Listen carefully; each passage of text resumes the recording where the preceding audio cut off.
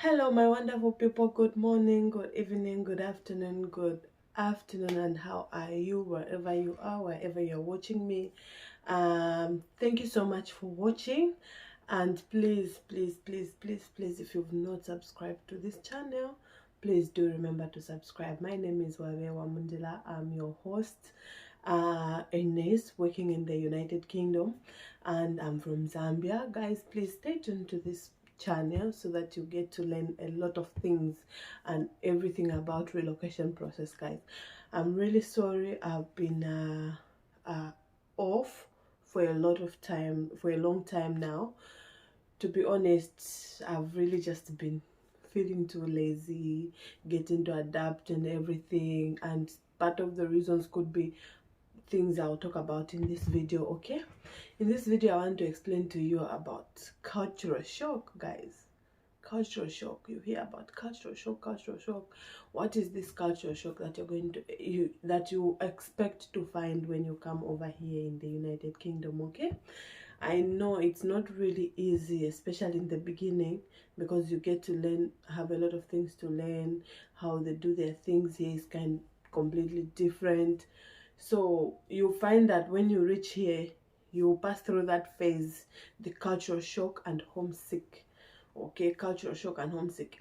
I used to be one of the people that would say, I'm very strong. I don't think I can reach an extent of being homesick because I've been away from my family for a long time. Even when I was home, I used to be maybe somewhere, I'll be in another province, and then my family is in another province.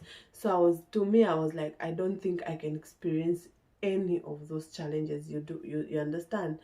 But okay, so now today I want to explain to you what really is going on, and some changes I've noticed, I've experienced, and now I can easily come and tell you. So what is homesickness, guys? I'm not going to go into a definition. I'm sure that's proper, straightforward explanation. You'll be away from your family, you'll be in a different country altogether. You don't know anyone.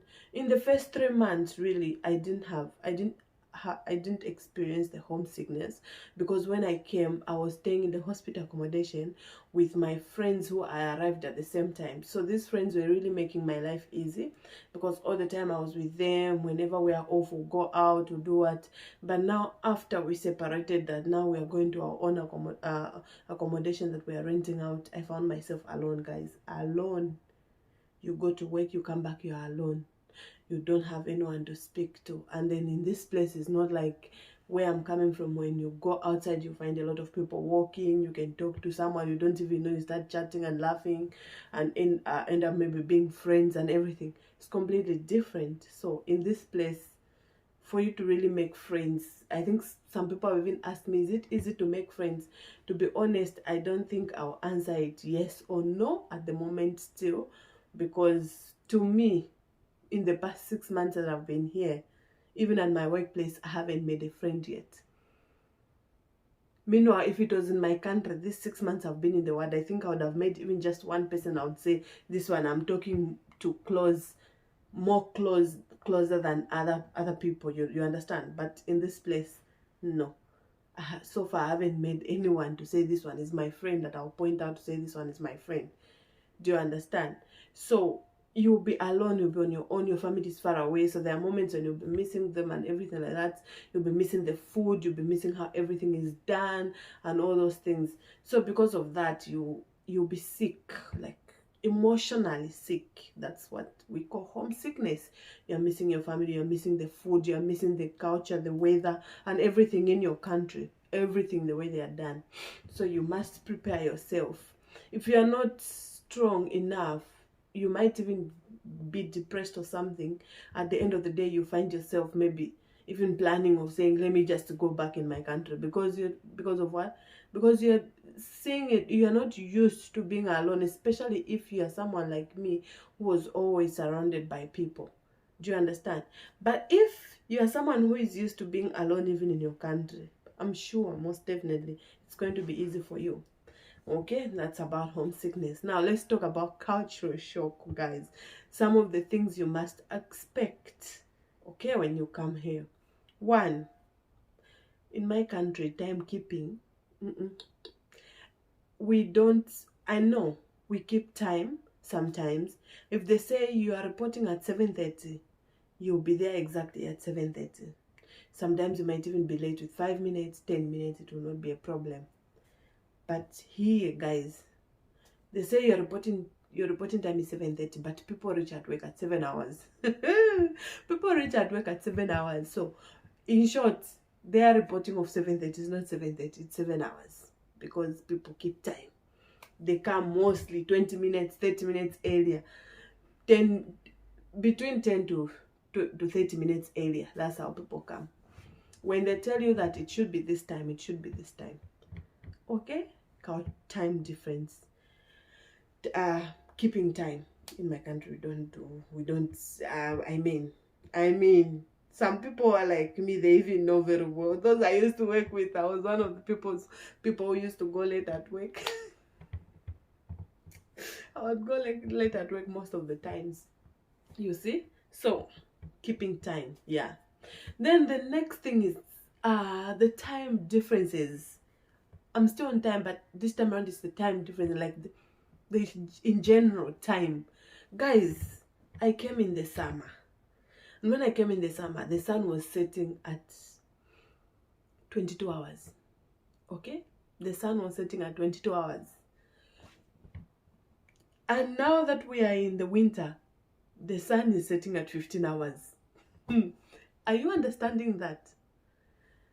They've got what they call daylight saving, nighttime saving. I don't know even how to start explaining all those things, but just know that in the summer, the sun sets at 22 hours, 21 to 22, or 22 hours. But in the winter, the sun sets at 15 hours to 16 hours. Do you understand? I mean, in my country, yeah, we have winter, we have summer in my country, but there is never a time the sun has reached 22 hours, it's still there. And there is never a time the sun has reached 15, 16 hours, it's already dark. No, it doesn't happen like that. So from the time I came here in the winter, I go for work in the morning, it's dark. I come back from work, it's dark. I don't get to see natural light. Not at all. I don't get to see natural light, guys. If you work and work and work, and you don't get to see natural, because all the time I'm going for work and my ward is somehow in the middle. It's not on the ground floor, it's not on the last floor, it's not on either side, it's on the middle. So once I enter in the hospital, when I come out, it's dark. I go, it's dark. I'm coming back, it's dark. I don't get to see light. Guys, there's never such a thing. In my country, I always see light. I always see light. It's either it might maybe just different. Maybe if it might rise at 6, set at 18. Then maybe again it might rise earlier at 5 and set maybe at 17, 18. But it has never happened like that. 22 hours the sun is still there, or 16 hours it's already dark. Part of culture shock for me. And also when I came, we were 1 hour difference with my country. Okay, 1 hour difference in the summer with my country. So let me say if my country is at 20 hours, it means here in the UK the time is 19 hours. But in the winter at the moment we are 2 hours apart. Okay, their clock changes with 1 hour. It either adds 1 hour or reduces 1 hour. Me, I don't understand. Those who did geography, please, you can try to shimikira some of us or explain all these things in details in the comments. Okay, you can try to explain to us in the comments. There are time changes. And also in my country we are used to saying 10 hours, 14 hours, 15 hours, 16 hours. You see, even now in my video I've been mentioning that, but then I reach here, they are used to saying, if it's 14 hours, they'll say 2 o'clock. I know I was taught this, but I'm not used to it. Do you understand? I'm not used to that. So I'm finding myself having to learn their ways on how they mention their time. So it's like you tell someone to say, someone will ask me in the ward, a patient will ask me, what's the time now? And I'll be like, the time is 14:30. Some of them will not even understand. Then they'll be like, 14:30, what do you mean 14:30? Some will not understand. Some who understand what you're saying, okay? And if I was saying no, it's 10 minutes past it's 45 minutes past. There's a patient who asked me yesterday, what's the time? The time was 45 minutes past. Okay, it was 12:45. So now I was like, okay, if I tell this person 12:45, will not understand. So I said, okay, let me say it's 45 minutes past 12. The person did not understand still. What do you mean 45 minutes past 12? There is such a time. Is there such a time? Then they told me. Then I was like, okay, it's 1:45. That's when this person understood. It's 1:45. Guys, me up to now, I'm still confused. I mean, I don't know. We are used to mentioning the times like that: 13, 14, 15, 16, 17, 18, 19, 20, 21, 01. If I tell someone that the time is 0110 or 01 0703, they don't understand. Most of them, they don't understand. They will not understand you. You get the point, Ka? So that one also is completely different from the way things are way back home. So it's part of culture shock for me because they're different. Then another culture shock is that someone invited me for dinner, guys. They invited me for dinner. Themselves, they invite me for dinner. I go for dinner. They expect me to buy myself my dinner. Why would you come to call me to go to the dinner and you expect me to provide for myself? I mean, in my country, we know that when someone invites you out, the bills will be on them. So here, as long as someone did not tell you when they were inviting you to say, I'm inviting, can we have a cup of tea or can we go for a dinner? As long as they did not complete with their sentence that bills will be on me, they know that you'll pay for yourself. Okay? If you accept, just know you pay for yourself. Unless they end their statement with, okay, bills are on me, then fine. You accept to go because they will pay. They've said they'll pay. Okay? It's part of culture shock. Because for me, if someone invites you, in my country, someone invites you, obviously, you expect that that person has invited willingly from their heart and they will provide willingly from their heart. Do you understand? Part of culture shock. Another culture shock is that you find that here, you expect maybe boyfriend, girlfriend. I'm not into those things, but it's just part of the things I've seen to some of my friends who came unmarried and they found boyfriend and girlfriends here. You'll find that they're expecting that maybe their boyfriends will be providing for them because where we're coming from, as I mean, it's a norm. We know that men are meant to be providers, so they're supposed to be providing in the relationship or something else. Don't expect any man to provide for you. Here, you meet, okay, this one comes, you meet. If you decide to share responsibilities or to move in together or to get married, even once you've married, even me, when we reach husband and wife, you don't expect the husband to be providing everything. You share responsibilities. That's part of the culture here. For me, that I'm seeing that is different, okay? And also, to be honest, I didn't know that these people in the United Kingdom are really, like, they have a lot of culture. They've got a lot of beliefs. Guys, they have beliefs. One time I went into a shop, I was buying an umbrella. I'm trying to open it inside an umbrella, and that sales lady tells me, oh, please, don't open it in here because it's not advisable to open an umbrella inside a building. You can only open an umbrella outside, not in the house, because that will bring bad luck. You know, did I just hear that from a white person? I mean, did I just hear that from a white person? Because, I mean, okay, even where I'm coming from, we have such culture and everything like that, such norms, beliefs. But I never expected that even these people have such type of culture and traditions. During that time when our queen died, people speculated a lot of things. They will say sunlight, they will say no, it's the queen has come to do. I was like, oh my god, like seriously? I thought that culture norms are just in my country, but that one I have seen that even them actually they are much worse when it comes to beliefs and traditions. Okay, then part of culture shock. Okay guys, let me drink some water first. Okay, so welcome back. We continue. So yeah, some other part of things that really shocked me, some of the culture shock that shocked me, is the fact that, you know, when you go to work, you make friends, you laugh, you talk to them, you are happy and everything like that. You expect that when you meet this person in the street, somewhere outside job, you will going or your job, you're going to maybe even greet that person with such passion, like you know this person. Like, hi, how are you? You meet in the street, hi, how are you? How are you doing? You know, such things are really common in my country. If I go in town, I find someone that I know, that I am working with back home. If I go in town, I find you at city markets, I find you at Soweto, I'll be very happy to see you. So like immediately I just see you, I'll be like, hi, you know. But here, my guys, I meet people, the same people I work with in the world, I meet them in town. My sister, my friends, some of them will even just give you a look. Some will not even look at you, they will just go. If you decide to greet them, even that zeal that comes, you know, there's that zeal that comes when someone, you talk to someone you know and someone you don't know. They will respond to you as if they don't even know you.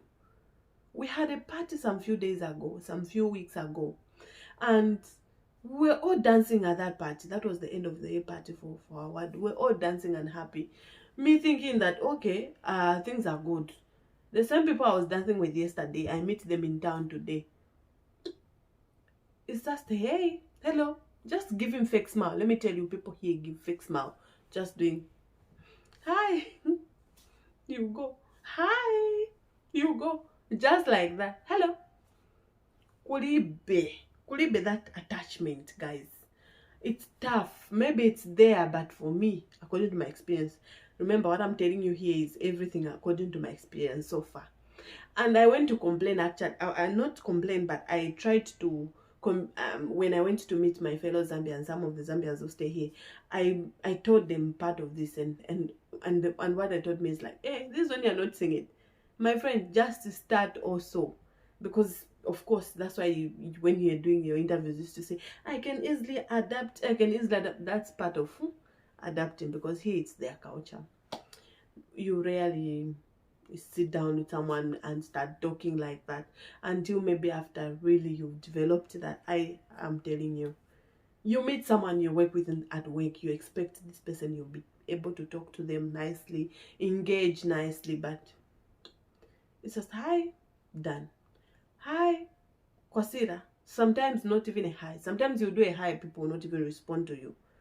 Okay, you do a hi, they're not even going to respond to you, not even a little bit. That's how sad the situation is. I mean, part of the culture shock. Okay.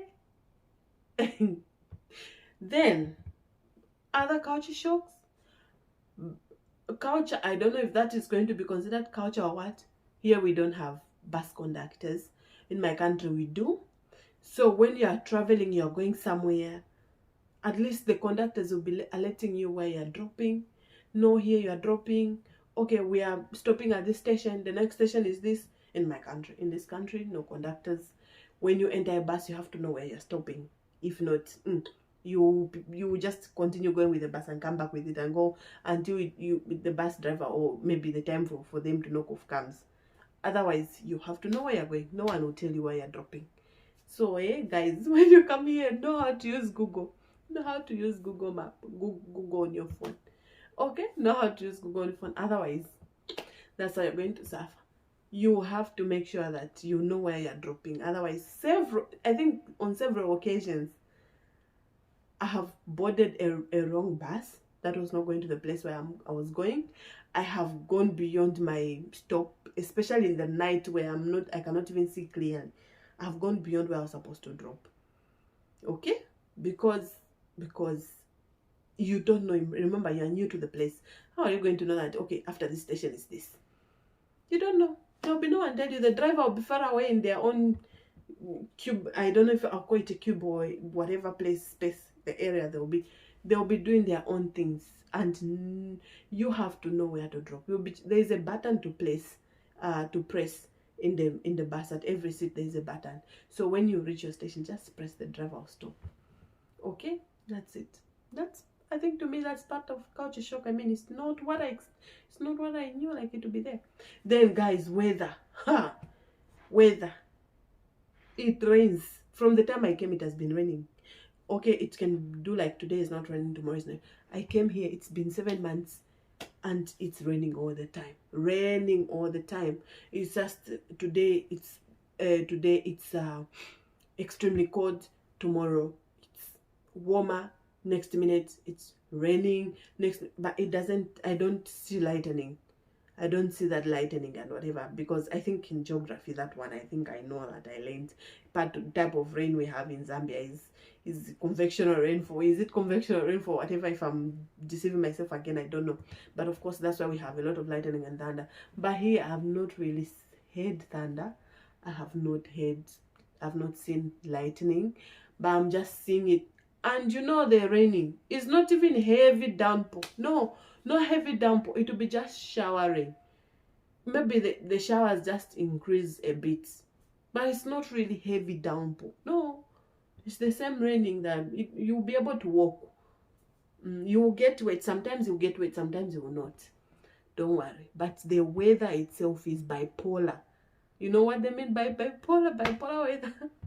If you come out from your house expecting that, okay, it's hot, I can go without a coat on, know that by the time you reach where you're going, Fish Town Center, weather will automatically change. It will be extremely cold. You start shivering. So is to make sure that you carry something by your side in case weather changes, because it changes all the time. Okay, so I mean, in my country, I know that this is rain season. So this period to this period to be rain season, I have to prepare myself how to move with an umbrella or anything. But here, you never know when it can rain. For the past 7 months I've been here, it has been raining. It can rain today, tomorrow. 1 week it's not raining. The next week it's raining every day, you know. Then next minute it's raining, next minute it's too hot, next minute it's too cold. It changes like that. That's called bipolar mode. The weather here, okay. And also sometimes it gets to snow. Okay, it gets to snow. They've got a lot of ice. Though in my time I've only experienced we had the first snow. I think it should be in December. Then the next one we had was early January. Then after that we have not had any snow again. Okay, but when it snowed, for me, I was very happy the first time. I think people even saw my videos. I posted my video. I was very happy the first time, I mean, to see it, because in my country it gets cold, but it doesn't reach that stage. Okay, and actually the cold there at the moment, the coldest period in my country I think I've seen is reaching 9 degrees. But here, when it's 9 degrees right now, I've been saying it's warmer, because it was cold, guys. It was cold. The weather is part of culture shock. Me, I'm coming from a hot country to find myself in a very cold country. So guys, if you're coming, prepare yourself with warmer things, or prepare yourself with warmer things. So guys, this is part of cultural shock. Guys, someone asked me, have you seen this hair? And someone asked me, oh, today you've come with your real hair. And today you've come with your real hair. I mean, does this look even real? Can this look like this is my real hair? I mean, who doesn't know that us, we don't have long hair, we have just short hair. I'm telling you. And also another thing that I didn't know, I just used to know that English is English, and these people in the UK, their English also must be there. Guys, even here they've got different accents. They've got different accents. If it's someone from these guys, Scottish people from Scotland, when they speak, hey, it's hard to understand them, guys. It's hard. I used to run away from the phone. When they start calling on the phone, I'll run away. That please, someone to answer the phone. I can't start talking with relatives on the phone. I cannot even hear them. And they can also not hear me. They are talking to me, they cannot hear me as well. Do you know that all this time I used to know that me, I speak English. At least I'm able to be heard when I'm speaking. I don't know how we pronounce our words, but it's like the way we pronounce our words, that's not the way they're supposed to be pronounced. So they don't even hear you. I went out to a coffee with a certain lady. She kept on teaching me how to pronounce the word nurse. Me, I'm used. She was asking me, what do you do? I said, I'm a nurse. Isn't that how we pronounce the word nurse, Mwelando? And this person was kept on telling me to say, no, it's not nurse. I can't even remember what she told me to say. I should pronounce that word again. But I'm used to say this is nurse. So, I mean, all those things will be shocking you. People will be telling you that you're not pronouncing this word the way it's supposed to be pronounced. Okay? You have to learn how to pronounce it afresh. That's part of culture shock, guys. Otherwise, don't worry about it. All those things you will learn to adapt them. After all, you said in your interviews that I can easily adapt. I can easily adapt and change to a new environment. So guys, don't worry. You're gonna do what? You're gonna adapt, change, and join the team. And if you can't beat them, it's to join them. Okay, so guys, that's the part of culture shock that I'm seeing. Otherwise, tax, yes, tax. I should have forgotten, because tax also should be part of culture shock, because it's not in my country. Okay, it's there, but it's not as it is here. And also, certain bills. I mean, you pay for TV in your country. In my country, I don't pay, because I have a TV in my house. I have to pay for TV. You have to pay for TV. You have to pay for council. You have to pay for what. There's a lot of bills and whatever, all those things. But don't worry, still, those are just part of the things that will be shocking you to, oh, so these are here. I'll talk about my bills and the way I'm doing money and everything on another video, guys. Otherwise, thank you so much for watching to this end. If you have watched this end, thank you. Please hit the like button, share, and if you have not subscribed, subscribe.